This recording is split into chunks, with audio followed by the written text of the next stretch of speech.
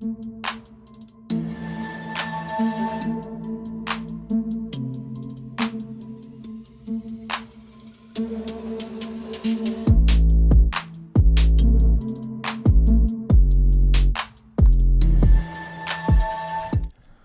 up, nation? Welcome to another edition of the WiseTake NBA DFS Early Look. CK013 here. You can find me on Twitter at CK_013. And I, of course, am from the WiseTake Nation, which you can find on all the social media platforms listed below, directly at WiseTake.com. If you're looking to take your DFS game to the next level, we are a premium DFS content provider, as well as a DFS community designed to make you a better DFS player. Go check us out at WiseTake.com. Day pass is only $2.50 to try us out. That being said, if you're new to the channel, welcome. You came to the right place for free DFS content. Please subscribe to the channel. Hit the notifications bell. Don't miss out on any of the free content we put out. We got baseball around the corner, so double it up on the content. Do these streams Monday through Friday, or these shows Monday through Friday. I said try to, for the nation, of course. But I need your support. Hit the like button. Leave some comments. I appreciate interacting with y'all, hearing some feedback, hearing your thoughts on the slate. And most importantly, if you could share the show. The sharing goes a long way. The sharing will allow us to grow. The more that we grow, the more we're able to put into our products, including our free products like this one here. So help us out. Join the nation. We got a 2-game slate. Hopefully everybody enjoyed the little all-star break, whether you were doing the Top Shot business or getting down on some card breaks, which if you are getting down on card breaks, check us out, card-breakers.com. Holla. Card Breakers on Facebook. Holla. Go check it out. But in all seriousness, we got a 2-game slate, so we're going to keep things mellow, right? The real return is Thursday. So we'll be ready for Thursday as we always are, but we're going to treat this slate like any other slate and do what we got to do. We have a little bit of a later lock time at 8 o'clock, which means a later pre-lock show, etc., etc. Here, going game by game as we always do, starting with the Washington and Memphis game, which is the first one. So Westbrook has been playing really well lately, right? You can see the stat lines better here. I know he was really low owned against the Clippers. I went for 65, but he's starting to look more like the regular Russell Westbrook. Now, Westbrook has always been a better DraftKings play, and the price kind of reflects that, being that he's a little more expensive over there because of the triple-double. He gets bonuses for double-doubles, bonuses for triple-doubles, and he doesn't get penalized as hard for turnovers, which is something that players that have the ball in their hands a lot, like Westbrook, do. You can see he only had 1 turnover against the Clippers. Kind of an anomaly. 8 against Memphis, 5 against Boston. You see the rest. I'm good with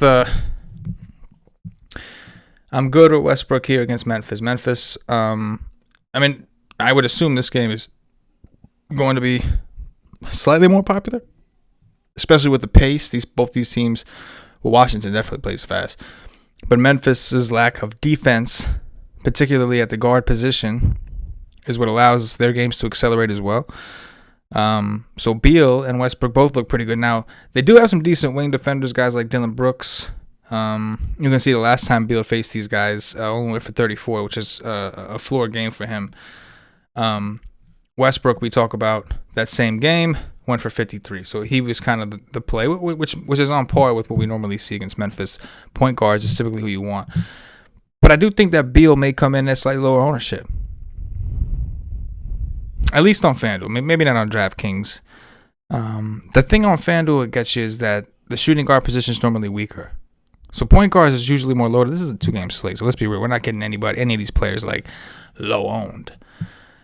But in the context of comparing them to the players around them is what we have to consider. But obviously, Beal and Westbrook should both be pretty popular realistically. This is a very attractive game. However, we do have Luka Doncic on this slate, so I think depending on how popular we think he may be, could determine the ownership of a Beal and Westbrook, because if you're playing Luka, you might have a hard time playing both Westbrook and Beal, let alone one of them. So something to consider. John Morant, I'm good with. I don't like the price, to be honest with you, especially on FanDuel at 8K. But he's shown the upside. He had 2 really good games. One of them was here against Washington, this exact team. Now, he did have players out. Memphis was missing a lot of bodies, so Morant's usage was kind of through the roof. He finally got hot at the end before the All-Star break and kind of got things going. We'll see if he continues the momentum. But yeah, I mean, he's definitely in play. I don't like the price, but he's in play. Good spot for Joe Val. Last time he got into foul trouble and kind of like he salvaged it with a 32, but he could have done a lot better. Got into foul trouble early. I do like Joe Val again. 7K and 7-1 on the sites, FanDuel and DraftKings. Kyle Anderson was one of the players, I believe, that did not play that day. Yeah, he did not play against Washington. He did return, however, against Milwaukee, so we're assuming he's back. DeAnthony Melton is 6K. That's kind of wild. They were dealing with injuries, and he was going nuts every day, and yada, yada, yada. But, again, they're a little more healthy now. Dylan Brooks coming off of a ceiling game, if I ever seen one for him, against Milwaukee, a team that encourages three-point shooting. But he did pretty well against Washington, too, at least relative to his price on the sites. 5.6 on FanDuel, 5.4 on DraftKings. So, obviously, he's fine. Bertans is like a hit or miss, right? He's got upside, but he's also got a really low floor because he has been pretty scoring dependent, especially for a big man. So we'll take it with a grain of salt with tournaments. Hachimura's price has come down on FanDuel. He's 5K, and he's 5.3 on DraftKings. He's another one that we kind of expected to see more from, but just hasn't really put it together. And the minutes have even been a little inconsistent, which makes things scary. Justice Winslow is kind of interesting. Winslow is 3,900 on DraftKings. So on FanDuel, he's 4,800. It's not great. But on DraftKings, you got to figure he's probably going to get at least, 20 minutes?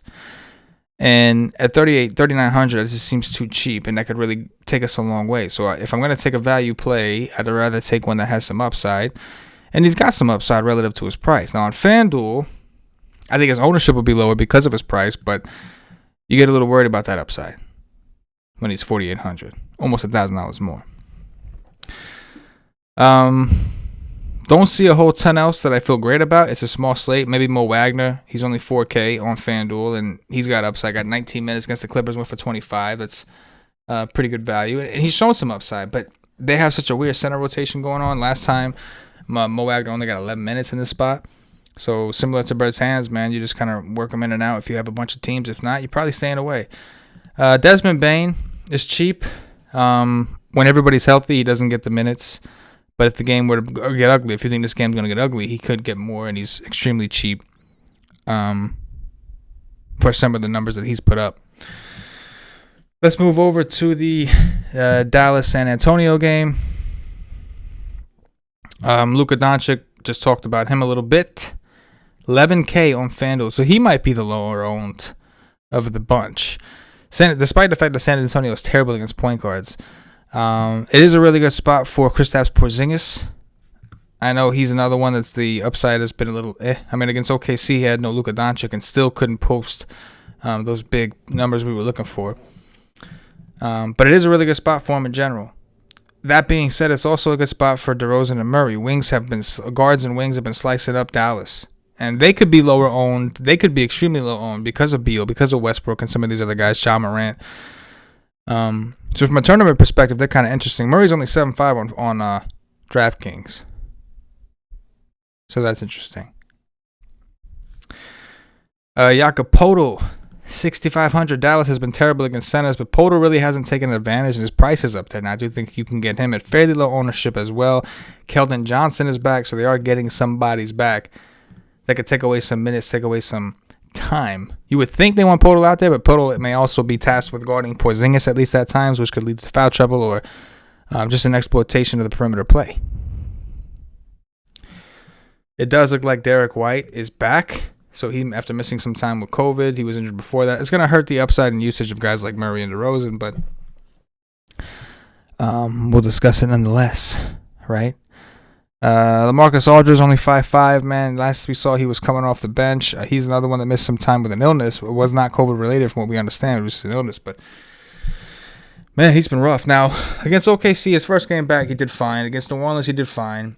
But the minutes have really not been that great. He was awful against Brooklyn. I think that was probably the game he was starting to feel sick. I don't know. Then he missed 2 games. But he's cheap.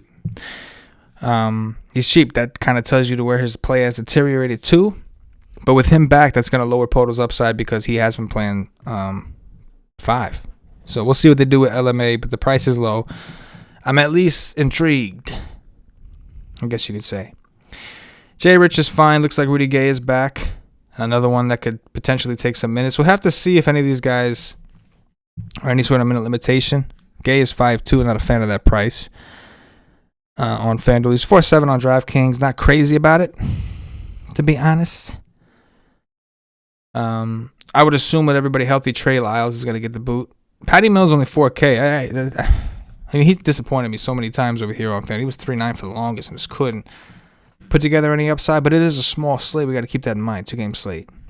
Keep that in mind.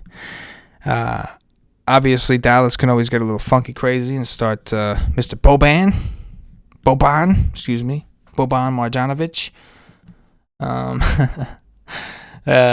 But even if he does play, he's not going to play a ton. But again, on a small slate, you got to be open-minded. And you got to do things that are a little bit different, a little bit outside the box. Right? Especially if you're playing in those donkeys, those big-ass tournaments. So keep that in mind. But I kind of I'm thinking that majority of the ownership goes to the first game.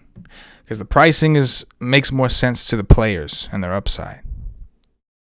That could leave us with a very low-owned, or at least a lower-owned, San Antonio-Dallas game. So be open-minded. Find ways to get different if you're playing tournaments. If you're playing cash, don't overthink it. Just play the optimal guys. Build the best team you could possibly build. But if you're playing tournaments, you got to try some stuff. You got to do something strange for a piece of change. And that's going to do it, Nation, for today's edition of the NBA DFS Early Look. Appreciate those of you hanging out. Appreciate those of you watching the show. Again, leave some comments. Hit the like button on your way out. Share the show, guys. Really helps us out. We need it. Getting ready for baseball. Ready to finish out the second half of what's been an awesome NBA season for us. Minus the COVID late scratch type shit. But anyway, for myself, the entire WiseTake Nation, as always, good luck.